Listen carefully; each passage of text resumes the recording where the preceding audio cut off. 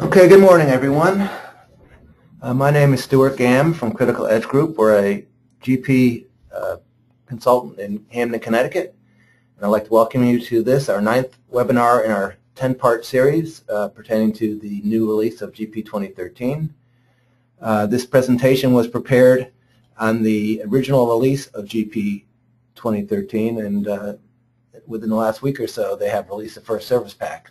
So is there anything that changes with that service pack that is not covered in this webinar? Generally speaking, the first service pack would just deal with bugs, which I did not encounter any of during my preparation here. The presentation should be under 30 minutes, but if we do run long, feel free to exit at your convenience. I understand everyone is busy. That's not at all a problem. The presentation will be recorded, and a PDF will be emailed to all attendees. So if you have to leave early, you have a couple ways to catch up on what you might have missed. All you guys are muted, so feel free to talk in the background. You won't be disrupting the webinar at all.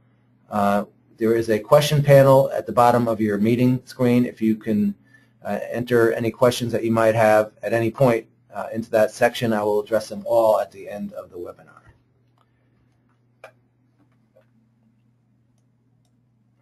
Okay, our agenda is very simple. I'm just going to go through quickly what the highlights are, then we'll demonstrate all of them, and then we'll address your questions and answers.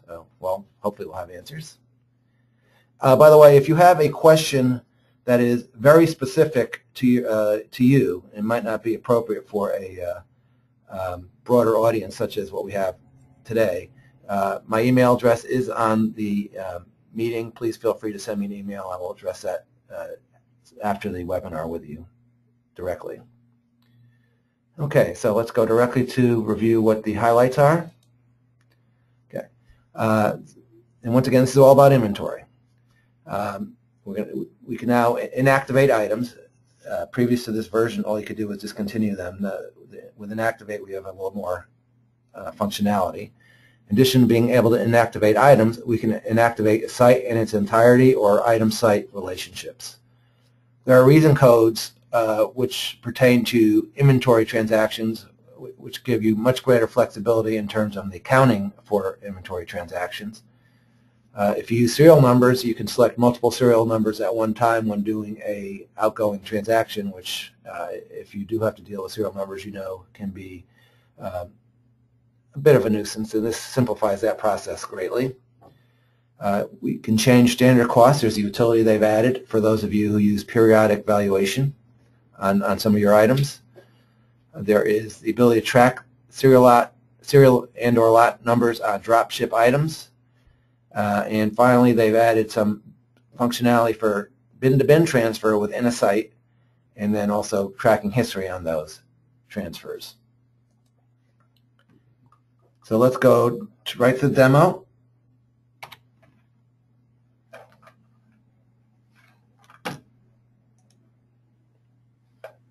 Okay.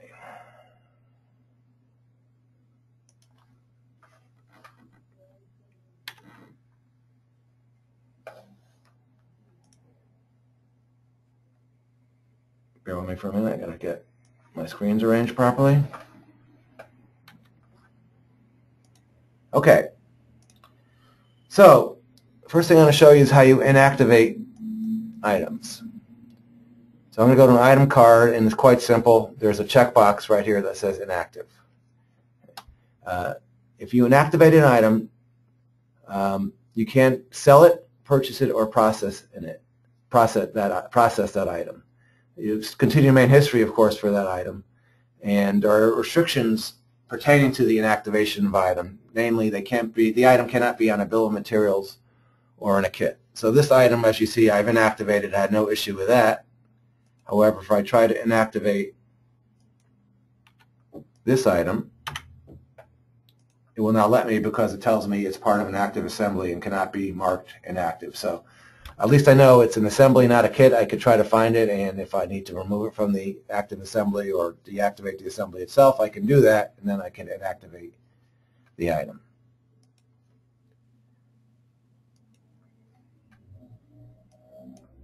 Okay, let me go now to a site window, and once again, there is a checkbox on the site to inactivate the site. Now this is the site overall. If you inactivate it, you cannot enter any new transactions to that site. However, if you have any existing transactions at the time that you inactivate them, you can process those. And then once you can keep the site in your system until you're ready to delete it, and you can inactivate, you can also exclude these inactive sites on a site list report. So if I go to my reports, to my setup report for sites, there is an option on here to exclude inactive. So when if you happen to need to run this report, you can either include or exclude inactives at your leisure, at your choice. Okay, now in addition to being able to inactivate items and being able to inactivate sites overall, you can also inactivate site-item relationships. So here I have an item. I can go to a site and I can inactivate that item at that site. Now, that would be useful if you no longer stock that item at that particular site. Once again, you cannot enter new transactions with for that item at that site, but you can post existing transactions. Okay. Inactivating at this level does not impact the site for other items or the item for other sites. So that is strictly this item at this site. Okay. Let's move on now to what I think is the most significant enhancement in the inventory area that they put into this release, and that is reason codes. So right now, if you do an inventory transaction, and I'm not talking about a sales invoice or a purchase order process, but an inventory transaction within the inventory module itself, basically you have one default account. So if you do a decreased adjustment for an item, you have a default account regardless of what the circumstances of that adjustment might be. And if you're doing multiple items, it's somewhat tedious to have to change that default account on the entry. So now they're giving us what they call reason codes, and there's a setup for it under the setup section. And I set up a couple. So here's one that I've called samples. And you could see that you can mark what it applies to, specific types of transactions that reason code would be available for. And I've just, for simplicity's sake, said I'm going to apply this, make this reason code samples available for inventory adjustments. Increase and decrease. Okay, you can see that there are you can do one or the other, but in this case I've done both. And I've selected account 36150, some kind of sales-related account for this particular reason code. Set up another reason code as a write-off. This would pertain to things disappear off the shelf or you miscount or what have you. But you have one or two less of something than you thought you might have had. And this goes to a cost of goods sold account. And obviously, this could be any account you need it to be. And once again, you can specify what type of transactions, including transfers, that this particular reason code would apply to. Now, if I go to a transaction window,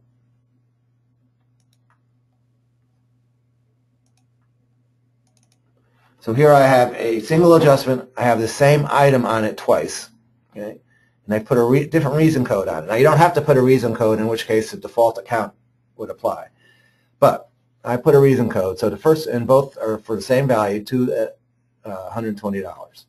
So if I click on the first one, which is samples, you see my distributions automatically came to the sample account, the account I set up for the reason code. And then the write-off automatically went to the other account. So this gives you much greater control over what GL account you hit when you do an inventory adjustment, because not every inventory adjustment is necessarily created equally.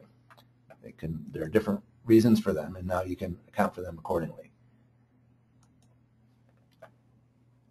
So now I'm going to go to another transaction window. I'm going to do a new one for 100 XLG, which is a serialized item. And in this particular context, I don't care about the reason code, and I'm going to take 5 out of stock.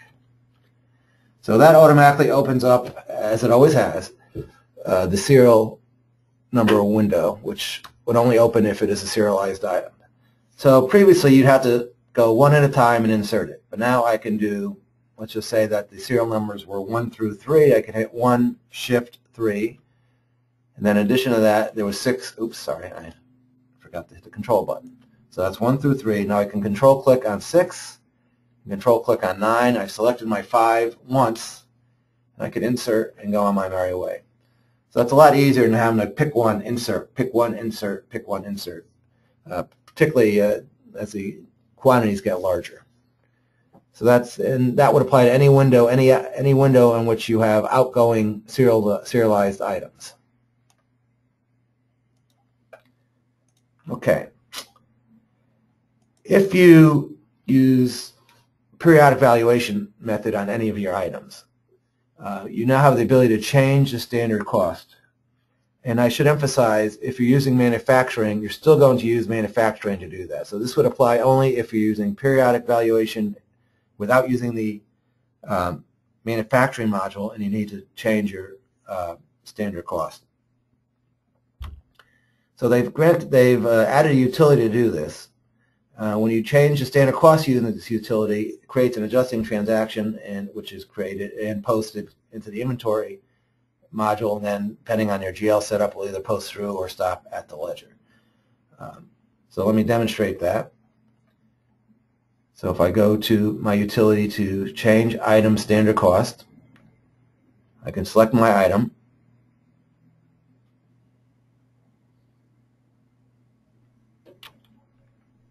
Okay, and of course it will not work for an item that is not set up to have periodic valuation. So right now I have 10 on hand at a standard cost of $27. If I change that cost to $25 and hit process, which is $2 a unit, a $20 reduction of total cost, here's my entry on the inventory side showing that I have reduced my inventory by $20 and hit my shrinkage and waste account, and I'll show you with that set up by $20.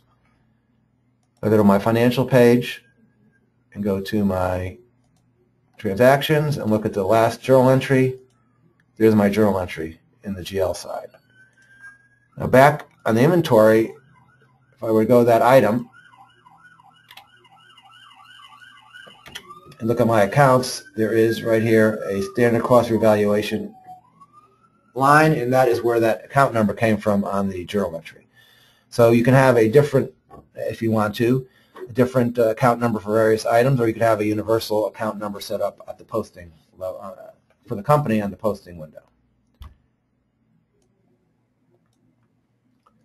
Okay. Another thing they've added is the ability to track serial or lot numbers on drop ship items.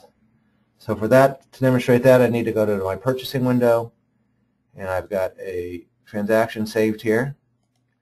Okay, so here is a receipt, and the purchase order is a drop ship purchase order. So if I drill back on the purchase order, you see it is a drop ship purchase order, which means this item is never going to come in-house. What I have now is the ability, when I do the invoice match, to put the serial or lot number, depending on what type of item it is, on this transaction. In order to do that, I need to be in the two-line display. So if you have a single-line display, that's not going to do the trick. You need to go to your multi-line display and just check this box. You see the SL, which is the second line of the headers, which means it's the second line of display. If I check that box, it opens this window, and I can insert the serial number I'm receiving. Now, in this case, as it's inbound, there's no multiple selection. I do have the ability to automatically generate numbers if they happen to be contiguous, but this is inbound serial numbers, not outbound serial numbers. So I just put in the serial number that happens to be on that transaction, insert, and say OK, and now I'm on my merry way, and I can post the entry. Okay, and you have a history of that serial lot number and could do a serial lot, or in this case, a serial number trace through normal processes.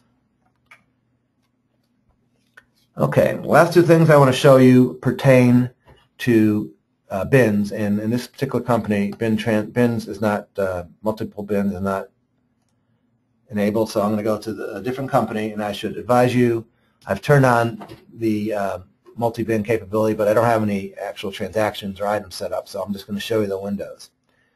So they now have a separate window for bin transfers, and this is particularly important. I was just at a client, and they want a report of bin activity, and they really couldn't do it because there are no tables that track that, the activity. Basically what the system traced previously was the quantity in a bin, but not the transactions in and out of bins if it was just a bin transfer.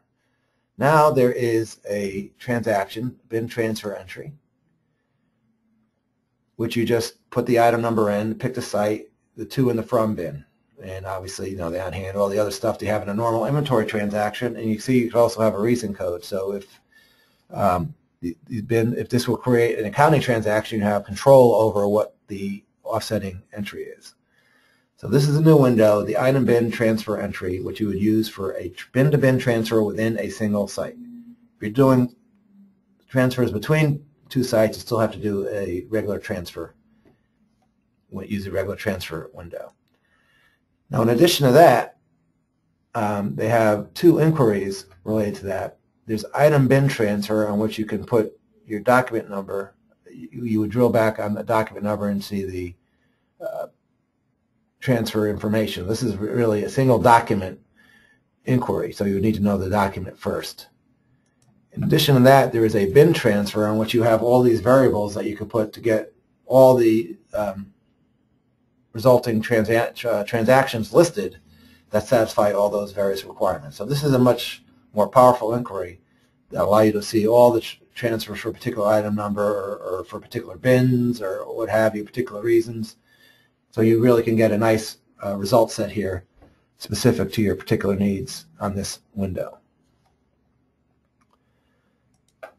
And that is everything I have to show you today. So let me go and look and see if we have any questions, and feel free to continue to send them in if you have more. Let me see what we got. So right now we have no questions, so I'll hang on for a little while to give you the opportunity to ask questions.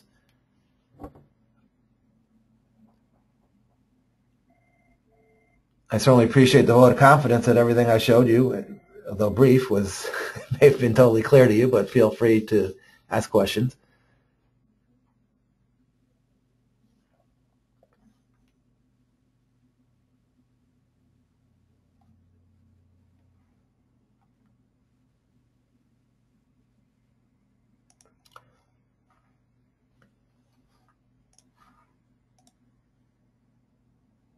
So while the questions, or while I'm leaving the meeting open to give you the opportunity to ask questions,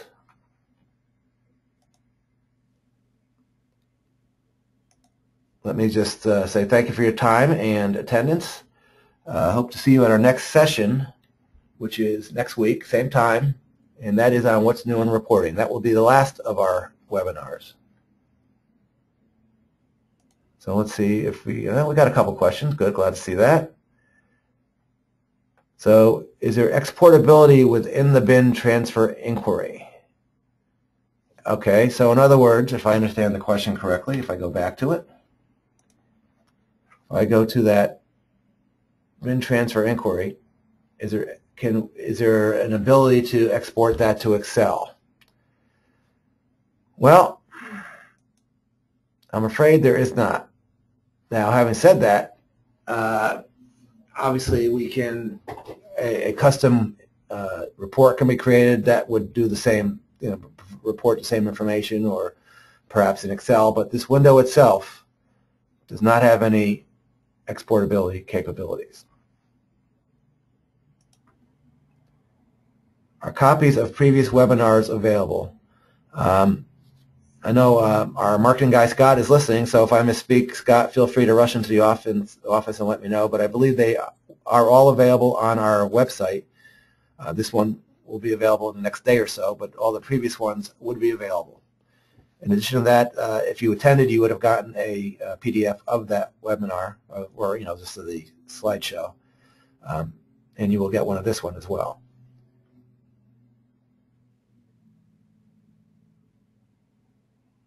Okay, that's all I have at the moment. I'll once again leave it open for a couple more minutes to allow you to ask more questions. Whether it's on stuff I covered today or just a broad inventory question, I'd be glad to address that as well.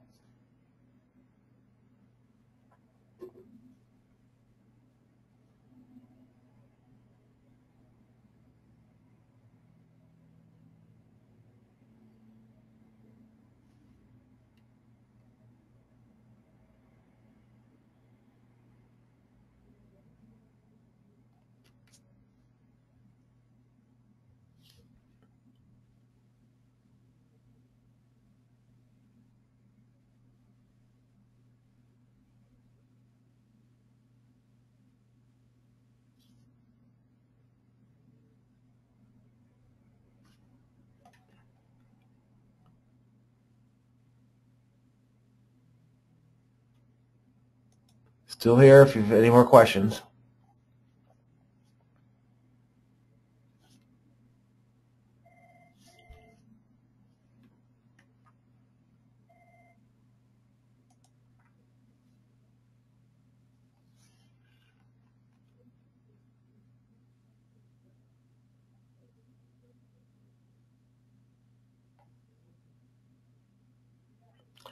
All right, at this point, I think we'll end the webinar. Appreciate your time. If you do think of a question afterwards, please feel free to email me. Once again, my email address is Stuart, stuart.gamm, G-A-M-M, @criticalEdgegroup.com. Thank you once again, and have a good day, everybody.